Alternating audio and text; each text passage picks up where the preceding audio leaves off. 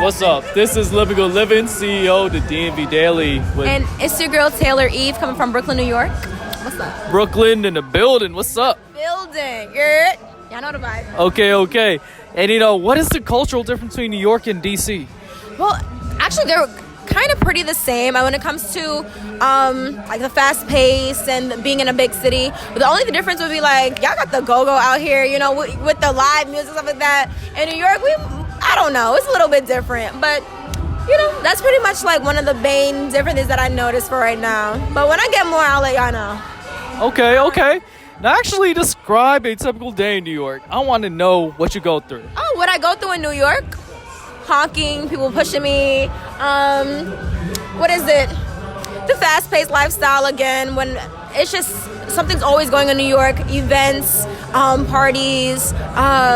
I don't know, late nights in studios. It just really depends on your crowd and who you're associating with. That really determines a lot of your experience in New York too. So luckily I have a great group of friends and a great network that I'm always like in the mix of something. So yeah, it could really range from like a night reading books or a night at the club or a night at the strip club or a night in the city at Times Square just like flicking it up. So it really depends. You just named 5 different nights. I know, that's a lot.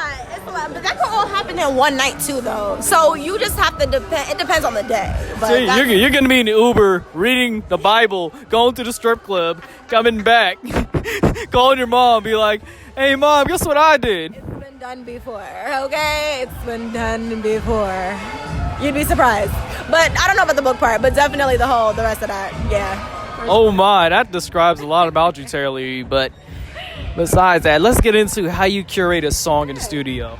Okay, well, mostly I don't curate songs in the studios. I always curate songs at home or in a different space before I get to the studio. Because when it comes to paying for studio time, I don't have time to like just really sit there and create, because I feel like the creative process is such a process where it could take me a couple days. But basically, I'm playing the beat. I mostly get the hook first of like what is catchy, and that's pretty much how I create the hook.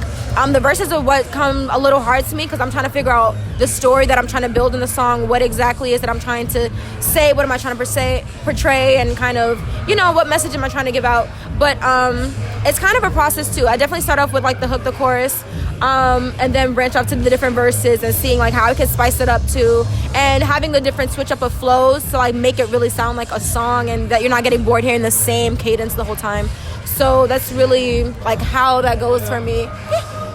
But yeah, it could take up to like a week to make a song. It depends. It can't all happen in one night. Not yet, at least. Hopefully getting there, but I'm still just working on my pen and just really trying to get faster so I can be in the studio with whoever I want and just be like boom, boom, boom, boom. So I'm working. I'm trying to get there.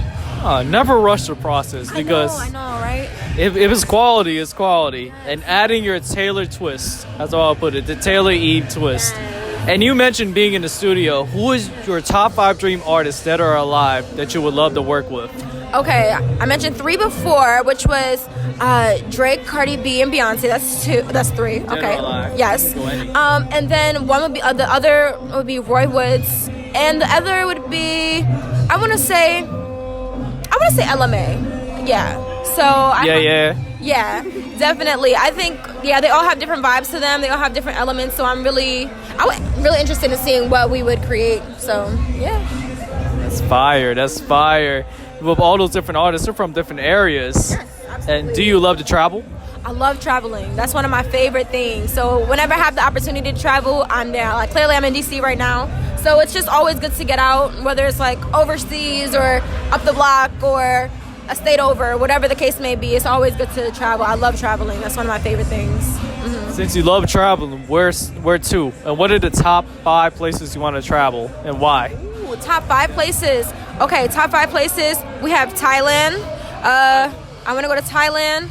I want to go to I've been to a lot of places, but where haven't I been? I want to go to India. I want to go to Africa for sure. Like Africa, I mean, that's gonna be a real journey. Where else do I want to go? I want to go to Mexico. I want to go to Peru. They have not Peru. No, it is Peru. Peru, and then also what's the last one? I'll say like something cultural, like Trinidad. I definitely want to go and get some good food from Trinidad and see what's going on. My mama's Trinidadian, so yeah. Hey, do you see see what I'm saying? I'm connecting right there. So like those are like my top 5 places. But I've done study abroads when I was in college at different places too, like China, Italy, Greece. So I'm trying to like, you know, see other. You said study abroad in college. What school you went to? I went to Hampton University, actually. So HBCU. HBCU. Hey. Like you, y'all know what's up. I'm a UMS and Bowie State alum. Okay, you man. And let me say this, HBCUs are slept on. And when you get on a national stage, how do you plan on putting HBCU on the map? I definitely plan on putting the HBCU on, especially when it comes to Hampton. I feel like Hampton has such a culture too, where it's like I just want to put it on the mainstream. I want to just put it on the big stage too. I have siblings that, well, one goes to Howard right now, one graduated from there, and I'm the only one in my family that went to Hampton, and 2 others went to Howard. So like I'm like the oddball out, but at the same time it's just like this is my moment. Like, you know, I just really want to push and like kind of just show that HBCUs are great schools to invest in, great schools to send your kids to. They help with culture, they help with kind of just even finding yourself. I met so many people who are like maybe black and white, and they're trying to like find themselves too, and they feel like they can connect differently. I'm at HBCU, I'm coming from wherever they came from too, so it just depends on the person. But I just want to really just put Hampton on the big stage. Like, you know, it's about that time. I can see in a couple of years, you know, a couple of movies, a couple of albums, you're like, oh, where's Taylor Eve from? She's from Hampton. The pirate. The pirate. Most definitely. Well, it's been a great interview. Where can we find you at? Yeah, you guys can find me on all streaming platforms at Taylor Eve. Just search Taylor Eve, and you can find me on all social media platforms as well. Just search at Taylor Eve, TaylorEve. So Fire. This is Taylor Eve with Livengoodlivin, and we're out.